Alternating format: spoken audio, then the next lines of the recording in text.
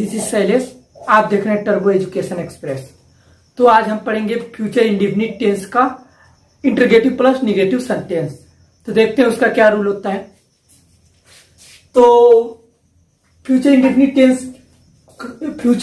Tense का interrogative plus negative sentence का rule है, पहले क्वेश्चन वर्ड का मीनिंग, उसका सेल विल में से कोई एक सब्जेक्ट, फिर सब्जेक्ट के बाद नॉट प्लस वर्ब का फर्स्ट फॉर्म प्लस ऑब्जेक्ट। तो जो इसमें होता है, आप जैसे उसमें मतलब अप्लाई करते थे कि अगर क्वेश्चन वर्ड अगर बीच में आए तो उसको सबसे पहले, ये सबके साथ अप्लाई होगा, हर एक कंडीशन मतलब हर एक टेंस में, हर एक सेंटेंस में ये अप्लाई होगा ये रूल कि जो अगर क्वेश्चन वर्ड बीच में आए तो उसका मीनिंग सबसे पहले बनता है, अगर पहले आए तो उसको हम छोड़ देते हैं। और जो नॉट होता है हमेशा सब्जेक्ट के बाद आता है हर एक रूल में, ये नहीं है कि बस इसी के रूल में। तो ये रूल क्या होता है कि एक बार आप ध्यान से मतलब उनको उसका कंपेयर कराएंगे सारे रूल का, तो आप हर एक रूल में देखोगे जो नॉट होता है हमेशा सब्जेक्ट के बाद आता है, और क्वेश्चन वर्ड जो होते हैं क्वेश्चन वर्ड के बाद सेल विल होते हैं हर एक टेंस के। मतलब सेल विल करने मतलब मेरा यहाँ पर है, मतलब हर एक हेल्पिंग वर्ब जो होता है कि जो क्वेश्चन वर्ड लगाने के बाद उसके जस्ट बाद अपने हेल्पिंग वर्ब का यूज करते हैं, किसमें? इंटरोगेटिव सेंटेंस में। ठीक है, तो ये निगेटिव तो इसमें बस आ गया तो उसको सब्जेक्ट के बाद अपने नॉट का यूज कर देंगे, बस इतना है। वो सबके साथ रूल, बस अपना क्या चेंज होता है, बस हेल्पिंग वर्ब चेंज होता है, बाकी कुछ नहीं चेंज होता। ठीक है, हर एक सेंटेंस ले लो, हर एक टेंस का सेंटेंस, उसमें सिर्फ हेल्पिंग वर्ब जो होता है वही चेंज होता है, बाकी कुछ नहीं चेंज होता है। अगर पास्ट का बात करूं तो यहाँ डिड का यूज करते थे, प्रेजेंट का बात करूं तो फिर डू या डज का यूज करते थे, और अगर फ्यूचर पढ़े तो अपने सेल विल का यूज कर रहे हैं। तो आप इतना होप कि आप पूरा समझ पाए होंगे। ठीक है, तो हम एक फटाफट से एक एग्जांपल लेके देखते हैं कि इसको कैसे मतलब ट्रांसलेट करेंगे। तो हमने एक एग्जांपल लिया है, क्या वे कल नहीं पढ़ाएंगे। तो इसको पहले पहचानते हैं कि ये जो सेंटेंस लिया है ये future indefinite tense interrogative sentence कैसे है। ठीक है, तो पहले तो गे आया है, ठीक है, लास्ट में अपने लास्ट से चेक करते हैं। और तो ये क्या हो गया, फ्यूचर हो गया, और आए की मात्राएं आए हैं तो ये हो गया इंडेफिनिट। ठीक है, और लास्ट में साइन ऑफ इंटरोगेशन है तो इंटरोगेटिव सेंटेंस है, और क्या भी आया है। ठीक है, तो निगेटिव या नकारात्मक शब्द का भी यूज हुआ है। तो ये कुल मिला के क्या है अपना, ये सेंटेंस मतलब सही है। तो अपने इसको ट्रांसलेट करते हैं इस रूल के हिसाब से। ठीक है, तो रूल कहता है सबसे पहले क्वेश्चन वर्ड, अगर क्वेश्चन वर्ड अपने पास एक कंडीशन है, अगर क्वेश्चन वर्ड कब यूज करेंगे, जब अपना क्वेश्चन वर्ड जो होगा सेंटेंस के बीच में होगा। सबसे पहले आ गया तो इसको क्या करेंगे, अपने छोड़ देंगे, जैसे सब में करते हैं। ठीक है, तो इसको छोड़ देते हैं, अपने सेल विल में से कोई एक लगाएंगे। सबसे पहले अपने देख देखते हैं सब्जेक्ट क्या है, तो सब्जेक्ट वे। ठीक है, तो वे क्या है कि अपने सेल और विल होता है जो आई और वी के साथ यूज करते हैं, बाकी के साथ अपने अदर्स के साथ अपने विल का यूज करते हैं। तो यहाँ क्या यूज करेंगे, अपने विल, तो विल का यूज कर लिया अपने। और उसके बाद सब्जेक्ट, सब्जेक्ट क्या है, वे, तो दे मतलब वे होता है। ठीक है, तो उसके बाद नॉट, सिंपल शब्द देख के लिख लेंगे। ठीक है, इसमें कोई नहीं, कुछ नहीं करना। उसके बाद वर्ब का फर्स्ट फॉर्म, तो वर्ब का फर्स्ट फॉर्म पढ़ाएंगे, यानी पढ़ना और पढ़ाना अलग बात होती है। तो टीच मैंने होता है पढ़ाना, टीच। उसके बाद ऑब्जेक्ट, ऑब्जेक्ट क्या है, कल। ठीक है, तो लिख देंगे यहां टुमारो। फ्यूचर टेंस है तो टुमारो, अगर पास्ट टेंस होता है तो यस्टरडे। ठीक है, एक बीता हुआ कल होता है, एक आने वाला कल होता है। तो जो फ्यूचर टेंस होता है वो तो आने वाला कल होता है। ठीक है, तो उसको टुमारो कहते हैं। तो टुमारो, लास्ट में साइन ऑफ इंटरोगेशन मार्क। तो ये अपना जो सेंटेंस है वो ट्रांसलेट हो चुका है। तो अपने इसको एक बार रीड करते हैं, will they not teach tomorrow, क्या वे कल नहीं पढ़ाएंगे। ठीक है, तो एक और एग्जांपल देखते हैं।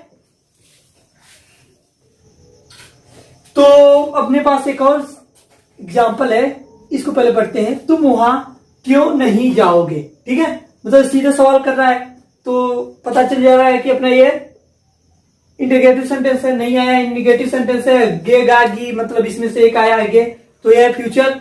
और वो कब मैंने बोला मात्राएं भी आते हैं तो मात्रा आएगा, ये बताता है इंडेफिनिट टेंस। ठीक है, फ्यूचर इंडेफिनिट टेंस के इंटरोगेटिव प्लस निगेटिव सेंटेंस है, तो इसको क्या करेंगे, अपने इस रूल के हिसाब से इसको अपने ट्रांसलेट करेंगे। करते हैं। तो सबसे पहले क्वेश्चन वर्ड, तो क्वेश्चन वर्ड अगर बीच में हो तो सबसे पहले उसका मीनिंग बनाते हैं।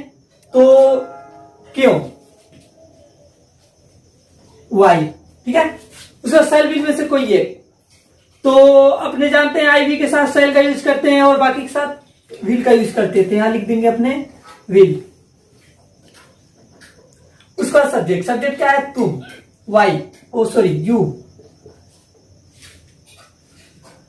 उसके बाद नॉट, तो अपने सीधे से अपने यहां पे देख के लिख लेंगे, कोई नहीं। तो उसके बाद अपने वर्ब का फर्स्ट फॉर्म, तो क्या है, जाना, हम जानते हैं जाना। इसके साथ में अपने एक ऑब्जेक्ट है, इसलिए अपने यहां यूज करेंगे टू, गतिशील है, ठीक है। क्योंकि कभी मतलब गतिशील कैसे पता चलता है, उसके साथ ऑब्जेक्ट हो, यानी वो कहीं जाने मतलब उसके साथ में एक ऑब्जेक्ट हो। जैसे ऑब्जेक्ट कैसे, जगह हो, ठीक है। मतलब जैसे होता है मैं स्कूल जा रहा हूं, मैं घर जा रहा हूं, मैं घूमने जा रहा हूं, तो ये ऑब्जेक्ट साथ में आता है, ठीक है। तो वहां टू का यूज होता है क्योंकि ये पता चलता है गतिशील है। तो यह why will you not go to, उसके बाद वहां देयर, तो देयर लास्ट में साइन ऑफ इंटरोगेशन मार्क। तो उसके बाद अपना जो ट्रांसलेशन है, जो ट्रांसलेट हो चुका है, इसके बाद रीड आउट करते हैं। Why will you not go to there, तुम वहां क्यों नहीं जाओगे, ठीक है। तो एक इसके साथ एक और एग्जांपल देखते हैं, आपको और बढ़िया से समझ में आ जाएगा। तो हमने एक और एग्जांपल लिया है, क्या रवि अंग्रेजी नहीं पढ़ता होगा, ठीक है। ये तो सिंपल से समझ में आ रहा है, ताया है तो इंडेफिनिट है, ठीक है। और इसके अलावा जो आता है वो मात्राएं होते हैं, और गाया है तो अपना फ्यूचर हो गया, और साइन ऑफ इंटरोगेशन है तो ये क्या हो गया, फ्यूचर हो गया। और नहीं आया है तो ये निगेटिव हो गया, ठीक है। और साइन ऑफ इंटरोगेशन तो इंटरोगेटिव सेंटेंस हो गया। तो ये क्या है कि कुल मिला के जो अपना सेंटेंस है वो इस टेंस और सेंटेंस से मैच करता है। तो अपने क्या कर सकते हैं, इस रूल को अप्लाई कर सकते हैं, ठीक है। तो अपने करते हैं, सिंपल सी है। अपने क्या है कि क्वेश्चन वर्ड सबसे पहले आ गया, तो इसका मीनिंग अपने नहीं बनाएंगे, सेल और विल से यूज करेंगे। तो ये नाम है रवि, तो इसके हिसाब से अपने विल का यूज करेंगे। पहला अक्षर कैपिटल लेटर होता है, कैपिटल लेटर लिखते हैं, ठीक है। उसका सब्जेक्ट, सब्जेक्ट क्या है अपना, रवि, तो रवि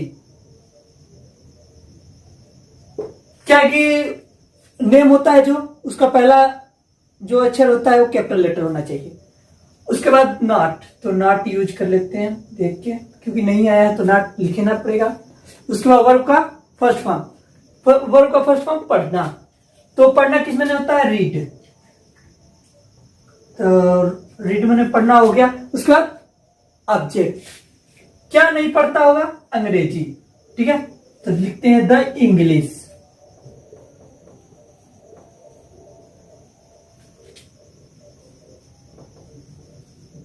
लास्ट में साइन ऑफ इंटरोगेशन मार्क। तो ये हो गया अपना ट्रांसलेट हो चुका है। अब इसको एक बार रीड आउट करते हैं। Will Ravi not read the English, क्या रवि इंग्लिश नहीं पढ़ता होगा, ठीक है। तो ये अपना क्या है कि फ्यूचर इंडेफिनिट टेंस का इंटरोगेटिव सेंटेंस आज समाप्त हो गया, ठीक है। अब अपने पढ़ेंगे अगले वीडियो में कंटिन्यूअस टेंस, हर एक प्रेजेंट टेंस का भी, पास्ट टेंस का भी और फ्यूचर टेंस का, और हर एक सेंटेंस में पढ़ेंगे अपने अफर्मेटिव सेंटेंस और इंटरोगेटिव निगेटिव, ठीक है। इंटरोगेटिव प्लस निगेटिव, हर एक मतलब हर एक सेंटेंस के साथ अपने हर एक टेंस के साथ अपने 4 सेंटेंस पढ़ेंगे, और कंटिन्यूअस टेंस पढ़ेंगे अपने अगले वीडियो से, ठीक है। तो आज के लिए बस इतना, और होप कि आपको पूरा समझ में आया होगा। आप कोशिश करें कि ज्यादा से ज्यादा अपने ट्रांसलेशन जो होता है ट्रांसलेट करने की कोशिश करें, अधिक से अधिक सेंटेंस को। और जैसे मैं बताता हूं हर एक वीडियो में कि आपको डिस्क्रिप्शन में मिल जाएगा हर एक मतलब सेंटेंस, तो आप वहां से जाके आप रीड कर सकते हो और बढ़िया से मतलब पढ़ सकते हो। तो बस आज के लिए इतना।